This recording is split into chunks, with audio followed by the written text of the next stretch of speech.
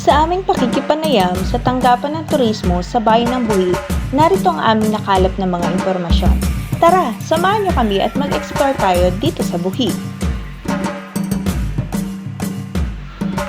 Ito ang Bayan ng Buhi, kabilang sa Rinconada area sa Camarines Sur. Ito ay kabilang sa first class na munisipalidad sa buong bansa. Ayon sa census noong 2020, mayroon itong populasyon na 81,306. Ang Buhi ay matatagpuan sa timog silangang bahagi ng lalawigan ng Camarines Sur.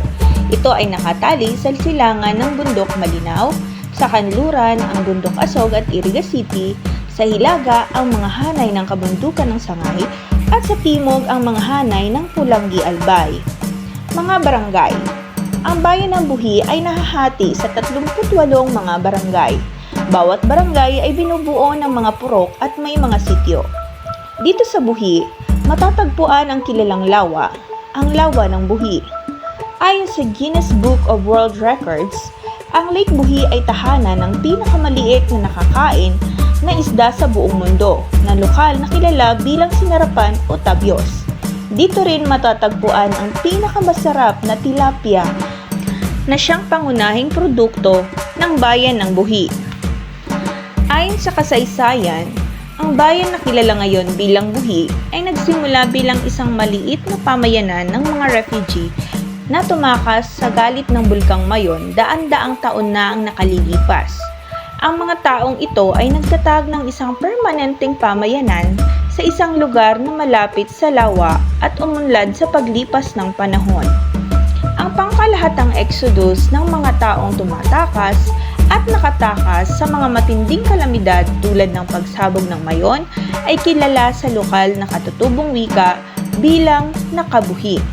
Isinasaalang-alang ito ng lokal na kaalaman bilang paliwanag kung paano nakuha ng bayan ang kasalukuyang pangalan nito, Buhi. Ang isang bersyon naman ng lokal na alamat ay nag-uugnay sa bayan na binigyan ng pangalan noong panahon na dumating ang mga unang Kastila at tinanong ang mga lokal na naninirahan sa pangalan ng lugar. Hindi naintindihan ng mga lokal na settler ang tanong kung paano sila nakapunta roon, kaya nagbigay ng sagot na nakabuhi. May dalawang patron na kasama ng bayan ang kanilang debosyon. Ang una ay si St. Francis of Assisi na inilagay sa simbahang gawa sa mga materyales na gawa sa kahoy. Sa kasamaang palad, noong 1730, ang simbahan ay tinupok ng apoy. Ito ay gayunpaman pinalitan ng isang istrukturang bato na itinayo sa ilalim ng pangangasiwa ni Reverend Fray Jose de Cerda.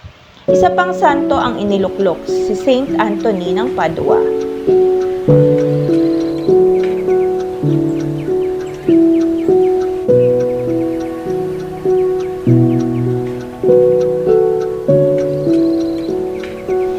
At dito naman tayo sa mga historical places na matatagpuan sa Buhi. Una na dyan ay ang Rica Francas Park, Francis of Assisi Church, at ayan nga, nagpa-picture-picture pa ang mga person. Diba? Ang sasaya. At sunod naman ay ang Buhi Rizal Park. Yes, may Rizal Park ang Buhi. Ang Sarikaw Statue, ang World War Veterans Memorial Park, Pamuntogan Park, Nakabuhi Park,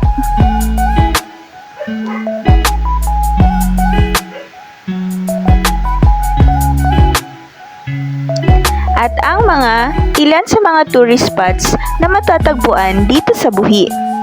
Una na dyan ay ang Baybay Falls sa Barangay Ipil. Napakalinaw ng tubig at sigurado napakasarap maligo dyan. Saan pa ba? Meron. Ayan, sa Pungol Spring Resort sa Antipolo. Sobrang refreshing ng lugar. At kung ikaw ay medyo sawi, tama sa iyo yan. Dito naman sa Itbug Twin Falls sa Santa Cruz, Binangkaan Falls sa Igbak, Lake Buhi Resort dito sa Cabanatuan. Sobrang ganda ng view. At tanaw na tanaw nga dyan ang Lake Buhi. Dito naman ang mga natural resources ng Buhi. Una na riyan ay ang abaka and ang mga produkto nito. Wow, sobrang gaganda. Meron din silang tobacco plantation na sobrang gaganda ng mga dahon nito na pwedeng pang export. At meron din silang mga saging na kung saan ay talaga namang kay sarap at kay tamis na dahil hinog ito mula sa puno. At syempre ang kanilang sinarapan at maging ang kanilang mga produkto. Parang kay sarap. At syempre, dumako naman tayo sa mga culture and traditions. Marami silang mga festival. Una na rito ay ang Lauyay Festival. Ang Lauyay ay ibig sabihin ay maganda. Kaya naman napakagaganda lalong-lalo na ang kanilang mga fashion and clothing. Tunay nga naman na sila mismo ang naghabi ng mga tela mula sa kanilang mga produkto gaya ng abaka. Kaya naman, sobrang kinagigiliwan nito ng marami nilang kliyente. Nagdaraos din sila ng Indigenous Peoples Day. Ito ang araw na kanilang pagpapahalaga sa ating mga katutubong mamamayan. Nakita nyo naman kung paano sila binibigyan ng pagpapahalaga ng LGU ng buhi. Napakaganda ng kanilang mga kasuotan, maging lalong-lalo na ang kanilang mga ngiti. Ngayong taon nga ay nagkaroon ng Buhi Tilapia Festival na kung saan magkakaroon ng kompetisyon ng pasarapan ng menu na ang pinaka-primary ingredient ay ang kanilang pinagmamalaking tilapia. Naku, sadyang sasarap nga naman. At ang panghuli nga ay ang Sinarapan Festival na ginaganap tuwing ika-July 14 sa San Buenaventura, Buhi. At ang nakakatuwa ay nagsimula pa ito noong 2005. Dito naman ay nagkakaroon din ng kompetisyon ng pasarapan ng mga luto gamit ang tabyos o sinarapan.